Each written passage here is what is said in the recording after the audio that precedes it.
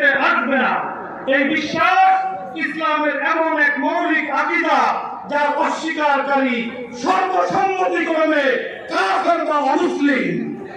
এবং যেহেতু মির্জা গোলাম আহমদ কাদিয়ানী নিজেকে মসিহ মওউদ, জিল্লি বুরুজ নবী, খাতামুল আম্বিয়া, স্বয়ং মুহাম্মদ এবং স্বতন্ত্র নবী ও রাসূল হওয়ার দাবি করেছে এবং আহমদিয়া মুসলিম জামাত নামধারী তথাকথিত কাদিয়ানী সম্প্রদায় মির্জা কাদিয়ানীর দাবি মোতাবেক তাকে নবী বিশ্বাস করে সম্পূর্ণ ইসলাম বিরোধী কুফরি মতবাদের উপর প্রতিষ্ঠিত। এবং যেহেতু মির্জা গোলাম আহমদ কাদিয়ানীর এই দাবি ও কাদিয়ানীদের বিশ্বাস কোরআন সুন্নাহ ও ইজমায়ে উম্মতের দ্বারা প্রতিষ্ঠিত ইসলামী মৌলিক আকীদা খতমে নবুওয়াত অস্বীকার করার কারণে মুসলিম উম্মাহ সর্বসম্মতিক্রমে তাদেরকে ইসলাম বহির্ভূত অমুসলিম কাফের ঘোষণা করেছে।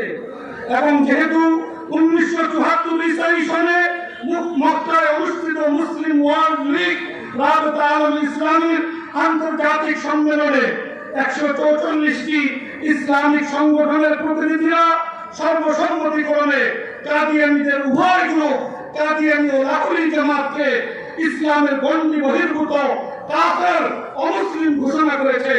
এবং ইসলামী সহযোগিতা সংস্থা ওআইসি কর্তৃক 1985 সনে জেদ্দায় এবং 1989 সনে বাগদাদে অনুষ্ঠিত অধিবেশনে সর্বসম্মতিক্রমে কাদিয়ানীদের মোরতাদ ও অমুসলিম ঘোষণা করেছে।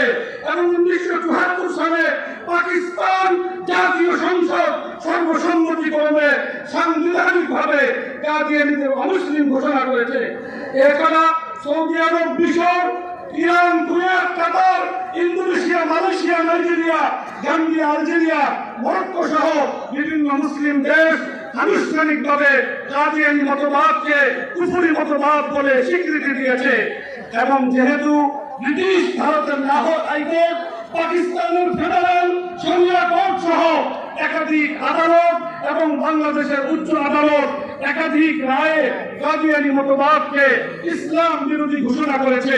এবং যেহেতু বাংলাদেশের সংখ্যাগরিষ্ঠ নাগরিকের ধর্মীয় স্বাতন্ত্র্য ও সুরক্ষা প্রয়োজন এবং কাদিয়ানীদের সংখ্যালঘু হিসেবে নাগরিক অধিকার ও নিরাপত্তা নিশ্চিত করা প্রয়োজন এবং দেশের অভ্যন্তরে সাম্প্রদায়িক সম্প্রীতি অটুট রাখা একান্ত আবশ্যক, সেহেতু অধ্যকার ঐতিহাসিক সোহরাওয়ার্দী উদ্যানে অনুষ্ঠিত দেশ বিদেশের শীর্ষস্থানীয় ওলামা মাশায়েখ, রাজনৈতিক নেতৃবৃন্দ ও লক্ষ লক্ষ তৌহিদি জনতার মহাসম্মেলন থেকে সর্বসম্মতিক্রমে ঘোষণা করা হচ্ছে আহমদিয়া মুসলিম জামাত নামধারী তথাকথিত কাদিয়ানী সম্প্রদায় ইসলামের দৃষ্টিতে কাফের, সংখ্যালঘু, অমুসলিম।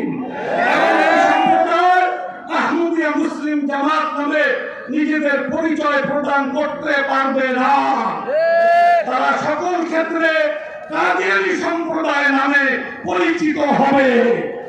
2, কাদিয়ানীরা তাদের ধর্মকে ইসলাম আখ্যায়িত করতে পারবে না এবং ইসলামের কোন পরিভাষা যেমন কালিমা, নামাজ, রোজা, হজ, যাকাত, আযান, ঈদ, কুরবানি ইত্যাদি কোন ইসলামী পরিভাষা তারা ব্যবহার করতে পারবে না। 3, কাদিয়ানীরা তাদের উপাসনালয়কে মসজিদ নামকরণ করতে পারবে না। তাদের উপাসনালয় কাদিয়ানী উপাসনালয় হিসেবে পরিচিত হবে। এছাড়াও ইসলামের কোন শিআর যেমন সাহাবী, উম্মুল মুমিনিন ইত্যাদি ইসলামী বিশেষ নিদর্শন কাদিয়ানীরা ব্যবহার করতে পারবে না।